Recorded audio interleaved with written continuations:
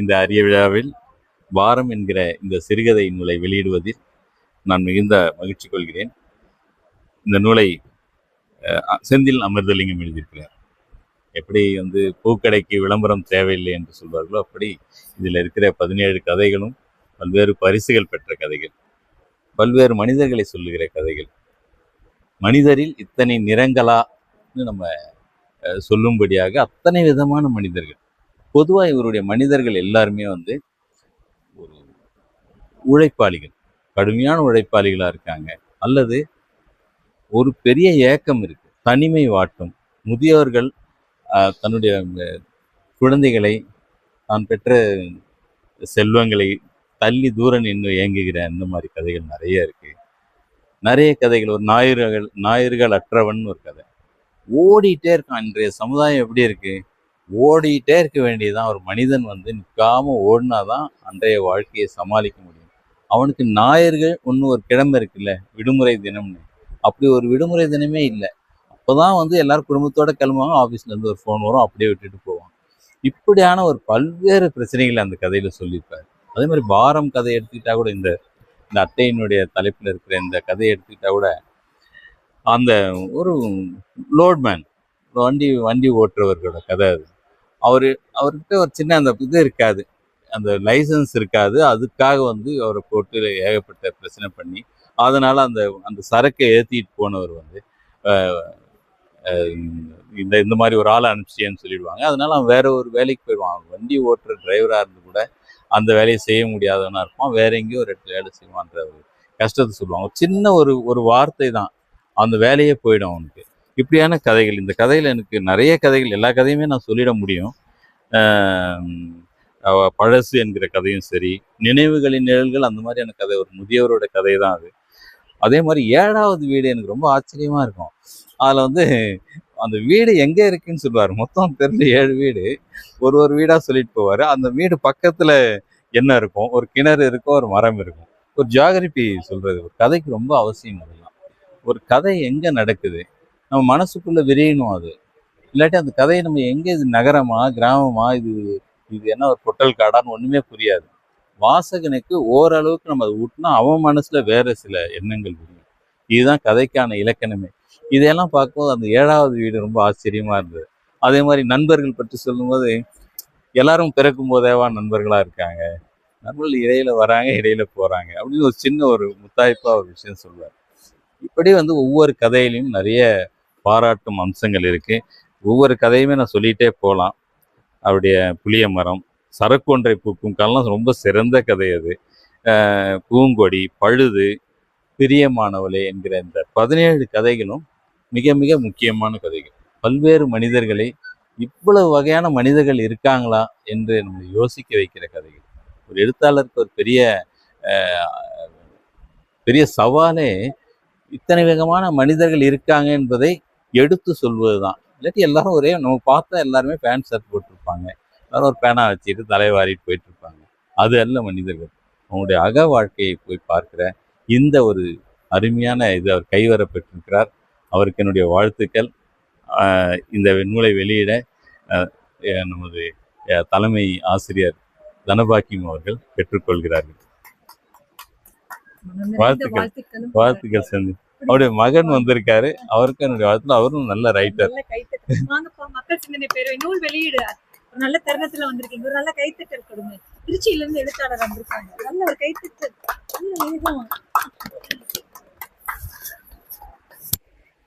நீங்க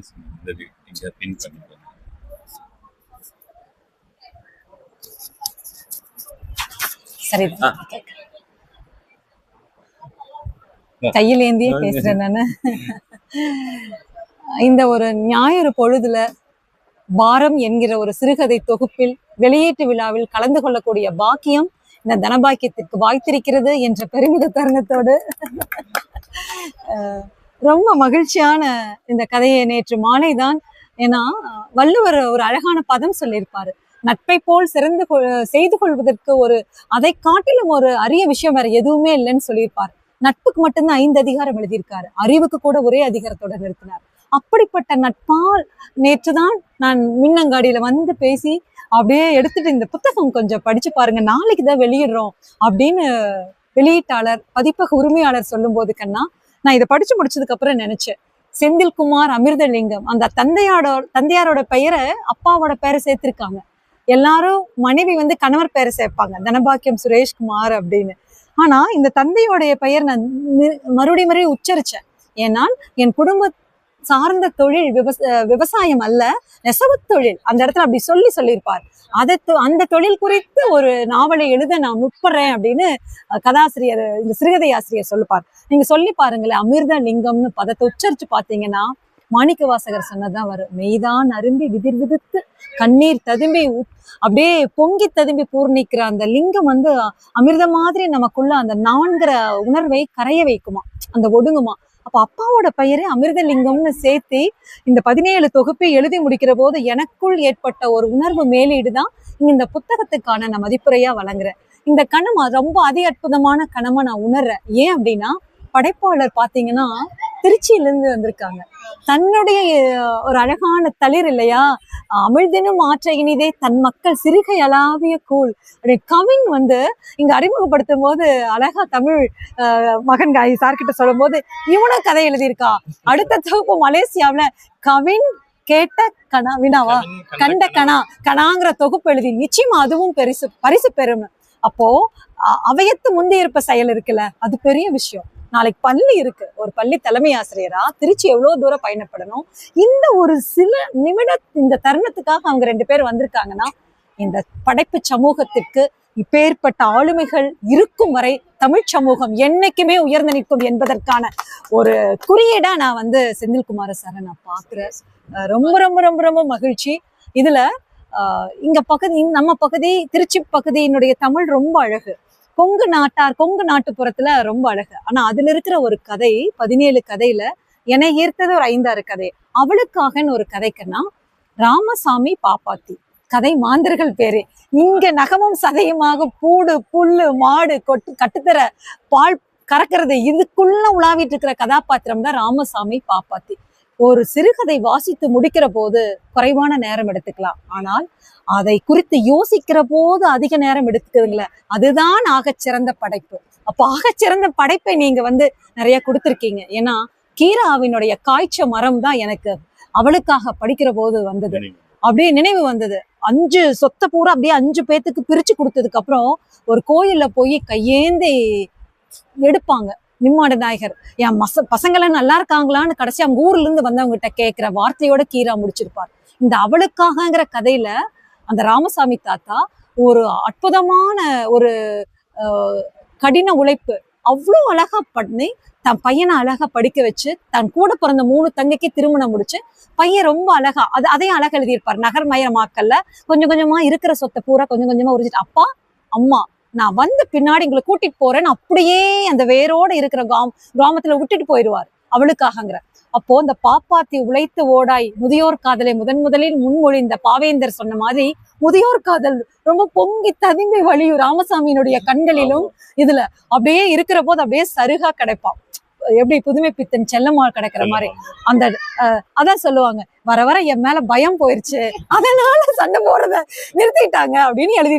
ஒரு உளவியல், ஒரு நுட்பம் எங்கெங்கெல்லாம் இருந்தா நீங்க அப்படி எழுத முடியும். நினைச்சு பாருங்க, எனக்கு திருமணமான வயதுல கணவர் கண்ட ஒரு பிரமிப்பு இருக்கும், பயம் இருக்கும். ஐயோ மிரட்டிட்டு என்ன, அதையும் முன்னாடி வச்சிருக்காரு. ஆனா பின்னாடி வயசாக உனக்கு நான் என்ன வேணாலும் திட்டலாம் அப்படிங்கறதுனால அந்த சொல்ல வாங்குவாரு ராமசாமி. அதுக்கு பின்னாடி அவங்க அந்த அம்மா மேல இருக்கிற காதல் தான் கசிந்து வருகும். அதுதான் முக்கியம். அதிகமா சர்க்கரையே இல்ல அப்படின்னாலும் இது என்னன்னு திட்டம், அதிகமா போட்ட இது என்ன பாகு மாதிரி வச்சிருக்கேன் அது திட்டம். அப்போ இவ்வளவு வந்து நோகாம திட்டுதான் அன்பு. அப்போ ஒரு ஹோட்டலுக்கு வேலைக்கு போறாரு, அது குணாங்கிற கதாபாத்திரம், பா லவ்லி. அது அந்த அந்த பையன் வேலை கொடுப்பா, எனக்கு உங்ககிட்ட கொடுக்குற கஷ்டமா இருக்குன்னு சொல்லிட்டு டேபிள் சேர் எச்சலை எடுத்து துடைக்கிற வேலையை நான் கொடுக்குறேன், ஏத்துப்பீங்களா? வேலையே இல்லையே, ஆளே இல்லையேன்னு ராமசாமி தாத்தா, அதையும் பரவாயில்லப்பா, என் பையன் பணம் அனுப்புறா, ஆனா நான் உழைச்சி என் பொஞ்சாதிக்கு சாப்பாடு போடணும் கொண்டு வந்து அந்த குணம். இன்னும் பிரபஞ்சன் சொன்ன மாதிரி எவ்வளவோ நெருக்கடிகளுக்கு மத்தியிலும் ஒரு பூ பூக்கத்தானே செய்கிறது, எத்தனையோ மானுடத்தினுடைய சிக்கல்களுக்கு மத்தியிலும் எங்கேயோ ஒரு மனிதநேய பூ பூக்கத்தானே செய்யுது. அந்த குணாங்கிற பையன் ஹோட்டல் முதலாளி ஆனா ஒரு பொட்டலத்தை கட்டி இந்தாங்க எங்க வீட்டுக்கு வேலை, வீட்டுக்கு எடுத்துட்டு போகும்போது முடிச்சிருப்பாரு செந்தில். அப்பா, வெறும் படுக்கையில் உடல் மட்டும்தான் கிடந்தது, அவளுடைய உயிர் வாசலில் நின்று பார்த்ததுன்னு. ஏயோ செந்தில், எப்படி எழுதியிருக்கீங்க, வாய்ப்பே இல்லை. அடுத்தது சரக்கொன்றை. இப்போ பெண்கள் மனதை அப்படியே ஊடுருவி உளவியல், ஒரு எம்எஸ்சி சைக்காலஜி படிச்சிருந்தா நீங்க எப்படி எழுத முடியுமோ அப்படி எழுதியிருக்கீங்க. ரொம்ப ரொம்ப ரொம்ப சந்தோஷமா இருந்தது அவளுக்காக. அடுத்தது பொக்கிஷம், விக்னேஷ். அப்புறம் தினமலர்ல வாரமலர்ல பரிசு பெற்ற சிறுகதை கண்ணா இந்த பொக்கிஷம் கதை அவ்வளோ. இப்ப 2025 தான் இது வாங்கியிருக்காங்க இந்த பரிசு பெற்ற கதையை. அதாவது இந்த படைப்புகள் எல்லாம் இதயமா இருக்கலாம் கண்ணா, ஆனா இதயத்துக்கு ஒரு துடிப்பு இருந்தா தானே அது உயிர்ப்பு. அந்த துடிப்பாய் நான் மின்னங்காடிய பாக்குறேன். இப்படி கொண்டு வரோம் இல்லையா, தான் சார்ந்த ஒரு படைப்பாளரை நான் வெளியிடுறேன்னு சொல்றதுக்கான ஆகப்பெரும் பரந்த விரிந்த மனதுக்கு சொந்தக்காரர் தமிழ் மகன் ஐயா. உண்மையிலேயே ஏன்னா இல்லைன்னா நீண்ட தொலைவு எல்லாமே குறுகிய மணித்துளியில நிக்கிறாங்களே, அது இந்த அன்புதான். இந்த பேரன்புக்காரரை எவ்வளவு மெச்சினாலும் தகும். அவ்வளவுதான். பாத்தீங்கன்னா பொக்கிஷம், நான் ஒரு பள்ளி தலைமை ஆசிரியை, அந்த விக்னேஷ், அந்த ஜெயா கதை எப்படி தெரியுங்களா? அப்பா கண்ணு முன்னாடி உழைச்சு ஓடா தேஞ்சு அந்த பணத்தை வச்சு குடிபோதையிலேயே உழல்கிற அப்பா. திடீர்னு அம்மா வடிக்கிறது அந்த குழந்தை பாக்குறா. அது 6ஆம் வகுப்பா 7ஆம் வகுப்பா. அந்த குழந்தைக்குள்ள பயம் உறைஞ்சு போய் இரவு முழுக்க அவன் அறியாமையிலேயே சிறுநீர் கழிக்கிற அளவுக்கு நடுக்கும் அவங்க அப்பாவனுடைய பிம்பம். நாம இப்படித்தான் அவங்க அப்பா மேல ஒரு இருக்கும் அப்படின்னா கதையில அங்கதான் ட்விஸ்ட் வைக்கிறாரு. சார் நீங்க அடுத்த படத்துக்கு பிலிம் மேக்கருக்கு டைரக்ஷனுக்கு ரெடி பண்ணிடலாம் செந்தில்குமார் சார். அதுக்கப்புறம் நாம நினைச்சிட்டு இருப்போம், திடீர்னு குடிபோதையில வாகனத்துல எதிர்படுற வாகனத்துல இறந்துருவாங்க. அந்த இடத்துல ஒரு வரி போட்டிருப்பாரு, இது சந்தோஷப்படுறதா வருத்தப்படுறதுனே ஜெயாவுக்கு தெரியல. ஏன்னா அவ்வளோ பாடா படுத்திருப்பாரு கணவர். ஆனா ஒரு அப்பா போயிருச்சேன்னு அப்பாவுக்கான பாத்திரத்தையும் ஜெயா எடுத்துக்கிட்டு அந்த ரசச்சாப்பாட்டோட கருவாட்டை ஊட்டுறது இருக்கு, நாங்களே கருவாடு சாப்பிட்ட மாதிரி இருந்தது உண்மையிலே. அப்புறம் 4 வாய்க்கு மேல அந்த குழந்தை ஏதோ ஒரு பந்தம் சொந்தம் ஒரு ஒரு உறவு அந்த இடத்துல போதாம இருந்ததுன்னா அந்த குழந்தைகளுடைய மனம் இருக்கு பாத்தீங்களா, அது இயல்பா இருக்க முடியாது. அது நான் தலைமை ஆசிரியரா நிறைய பார்த்திருக்கேன். திடீர்னு ஒரு குழந்தை தன் இயல்புல இருந்து மாறும், பொடுத்து மண்டையை கொட்டு, காம்பஸ்ல இடிக்கும், கெட்ட வார்த்தை பேசும், உதைக்கும், சில பழக்கங்கள் இருக்கும். உள்ள விசாரிச்சு பார்த்தோம்னா அந்த கேஸ் ஸ்டடி நாங்க பிஎட்ல சொல்லுவோம். குடும்பத்தில் எங்கேயோ ஒரு அரவணைப்பு, ஒரு பாதுகாப்பு, ஒரு செக்யூரிட்டி அது குறைபடும் பொழுது அந்த குழந்தை ஆகும். இதே மாதிரி மாறறா. இதுதான் பள்ளிக்குள்ள பார்த்த மாதிரியே எழுதியிருக்காரு. இந்த உளவியல் நுட்பம் தான் செந்தில் சார் கிட்ட நாம மெச்ச வேண்டிய ஒண்ணு. அது என் கைக்கு கிடைச்சிருக்கு பாருங்க.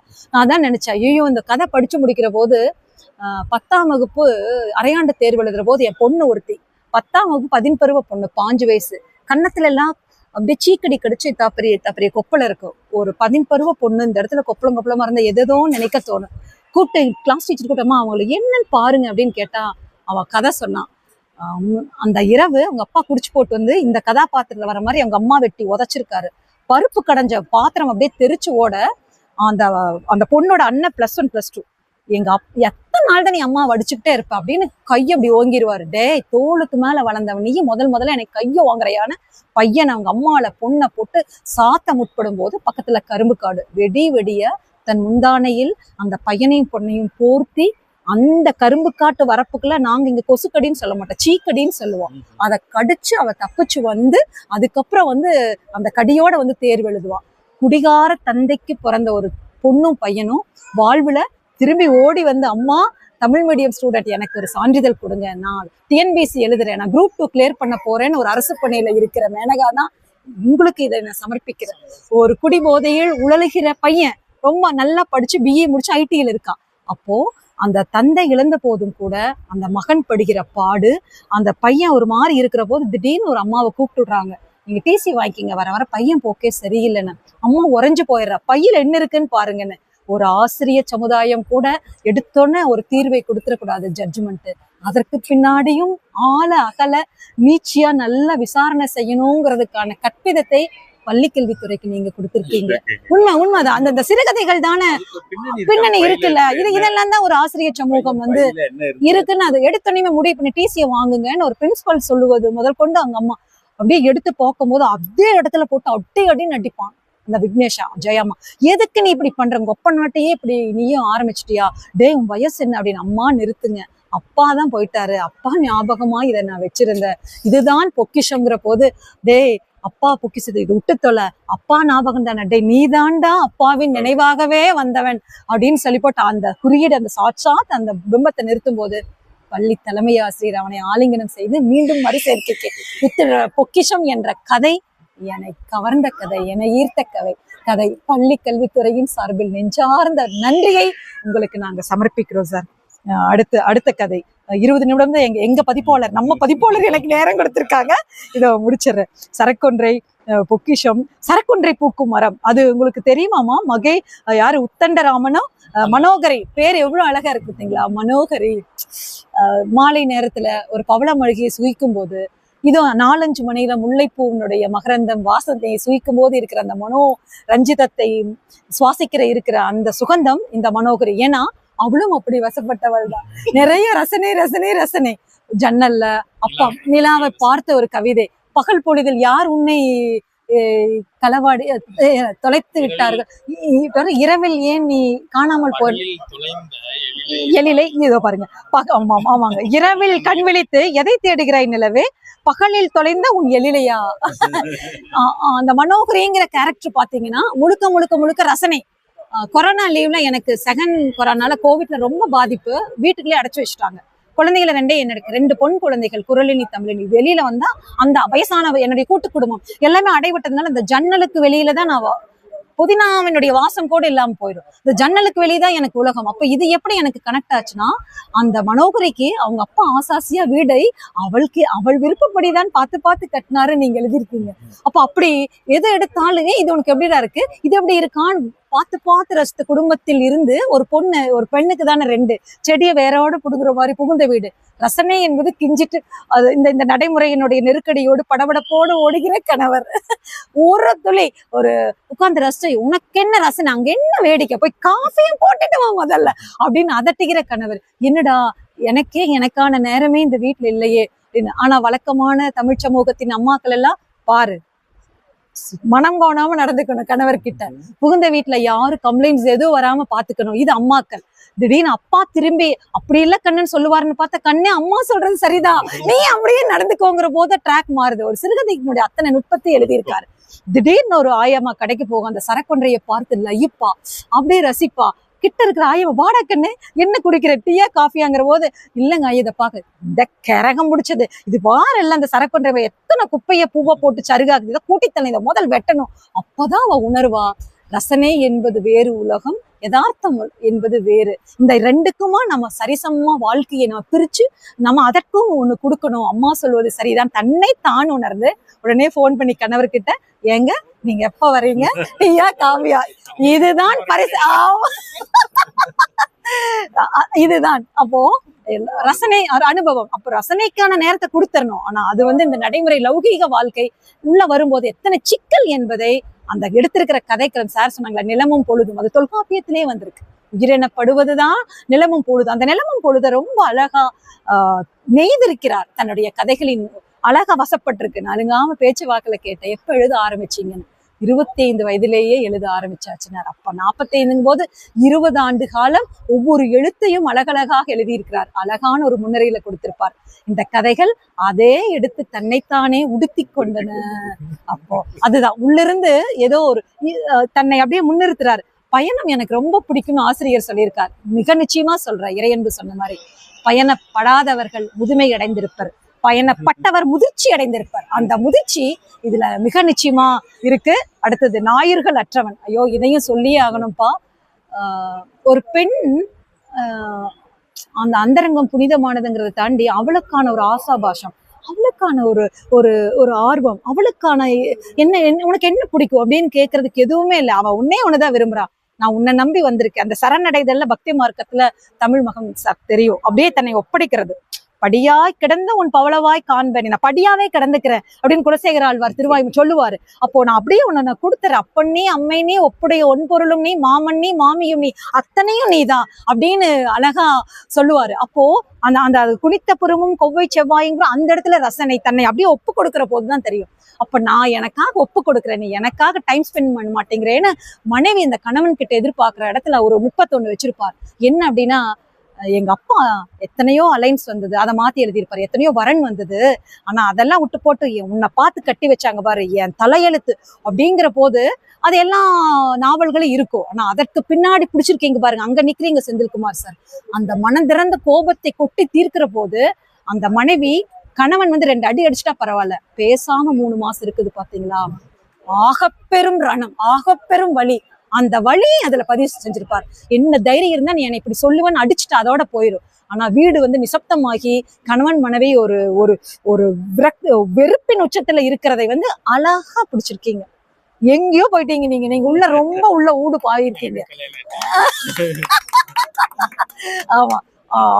அந்த ஸ்கூல் இன்னைக்கு நாங்கெல்லாம் அந்த 2 குழந்தை ஆண்டு விழாக்கு ஏதோ ஒரு ஃபங்க்ஷன், அப்பா தயவு செய்து வரணும், என் பக்கத்துல என் ஃப்ரெண்டு அப்பா அம்மா வராங்க, அப்பா தயவு செய்து வரணும்னு அந்த குழந்தை அல்லாடும் உழலும் எதிர்பார்க்கு. அவன் வாக்குறுதி கொடுத்துட்டே தான் இருப்பான், துணிமணி எடுக்கிறதுல இருந்து வாக்குறுதி கொடுக்கும்.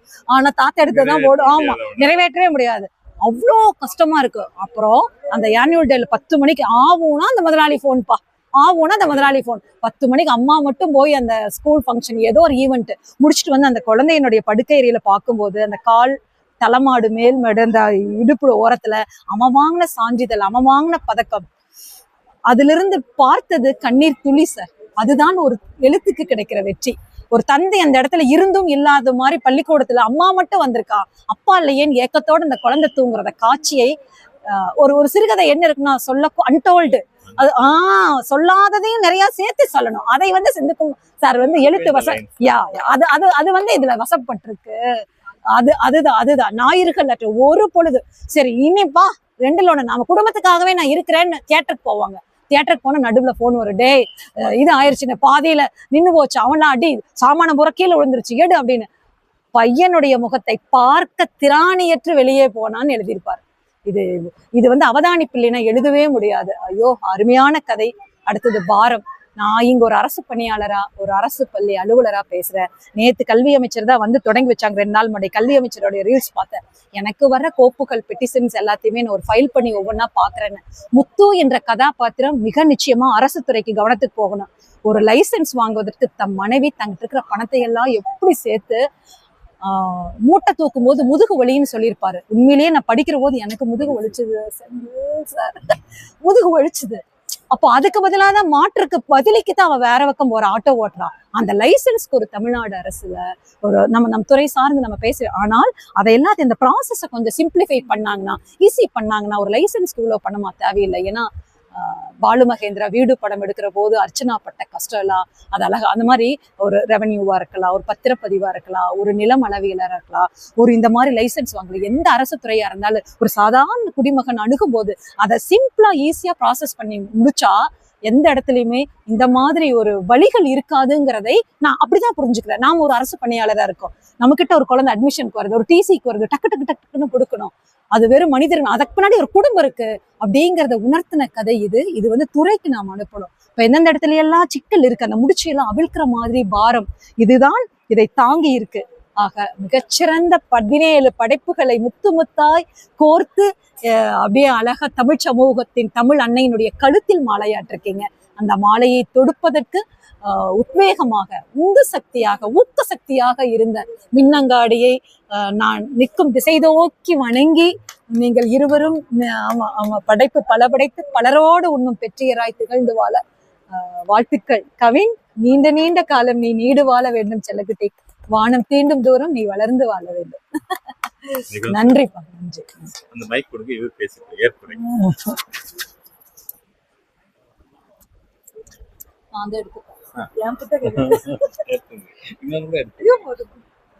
எல்லாருக்கும் வணக்கம். இந்த இனிய மாலை வேளையில் என்னுடைய இந்த சிறுகதை தொகுப்பு வெளியீட்டுக்கு எல்லாரும் வந்ததுக்கு ரொம்ப நன்றி. என்னுடைய சிறுகதைகளை வந்து தமிழ்மகன் அண்ணனுக்கு மெயில் அனுப்பிட்டு பார்த்துட்டு சொல்லுங்கண்ணா அப்படின்னு சொல்லியிருந்தேன். ஒரு வாரத்திலேயே கண்டிப்பா வெளியிடுறோம் அப்படின்னு சொல்லியிருந்தாரு. எனக்கு ஆச்சரியம், ஒரு வாரத்திலேயே இவர் எல்லா கதையும் படிச்சிருப்பாரா, இப்படி சொல்றாரு அப்படின்னு சொல்லிட்டு நான் வெயிட் பண்ணேன். மறுபடியும் வந்து மெசேஜ் போட்டேன் வாட்ஸ்அப்ல, அண்ணா சிறுகதை தொகுப்பு எப்போ நான் வெளியிடுங்க, எல்லா கதையும் படிச்சுட்டேன், கண்டிப்பா நம்ம வெளியிடுறோம் அப்படின்னு சொல்லியிருந்தாரு. எனக்கு வானத்துக்கும் பூமிக்கும் குதிக்கிற மாதிரி இருந்தது. ஆஹா, நம்மளுடைய படைப்பு வந்து மின்னங்காடியில வெளியேற போகுது அப்படிங்கிறது வந்து அப்பவே நான் கனவு கண்டுட்டேன். எல்லா புத்தக கண்காட்சியிலும் என்னுடைய புத்தகங்கள் இருக்கும் அப்படிங்கிறதெல்லாம் வந்து என்னுடைய கனவுக்குள்ளார வந்துருச்சு. அப்புறமேட்டுக்கு கண்டிப்பாக அட்டைப்படங்கள் அனுப்பிச்சாரு. 3 படம் அனுப்பிச்சாரு. அதில் ஒன்று செலெக்ஷன் பண்ணேன். அதுதான் எனக்கும் பிடிச்சிருக்குன்னு சொல்லி அண்ணன் சொன்னார். அதுதான் இந்த அட்டைப்படம். ரொம்ப நல்லா வந்திருந்தது. புத்தகம் வடிவமைப்பும் பார்த்தீங்கன்னாக்கா ரொம்ப பிரமாதமாக எனக்கு ரொம்ப ரொம்ப திருப்தியாக இருந்தது. அதுக்காக ரொம்ப ரொம்ப நன்றிங்கண்ணா. அப்புறம் இன்னைக்கு வெளியீட்டுக்காக வந்த மேடம் தனபாக்கியம் அம்மாவுக்கு என்னுடைய ரொம்ப சந்தோஷம், நன்றி. மேற்கொண்டு என்னுடைய கதைகளை பற்றி 2 பேருமே ரொம்ப பிரமாதமாக சொல்லிட்டாங்க. நான் என்ன சொல்கிறதுன்னு எனக்கு தெரியல. நான் வந்து ஒரு தனியார் துறையில் வந்து அக்கௌண்டண்ட்டாக வேலை பார்த்துட்டு இருக்கேன். இந்த ஞாயிறுகள் அட்டவன் மாதிரி தான் எனக்கும் வந்து விடுமுறைகள் வந்து கிடையாது. அப்பப்போ கிடைக்கிற நேரத்தில் கதைகள் எழுதுறது, இந்த மாதிரி இதில் கலந்துக்கிறது, அந்த மாதிரிக்கு எப்போ என் பையனையும் கூட கூட கூட்டிகிட்டு வந்துடுறது. வேற என்ன சொல்கிறது, ரொம்ப சந்தோஷம். உங்கள் எல்லாருக்குமே ரொம்ப ரொம்ப நன்றி.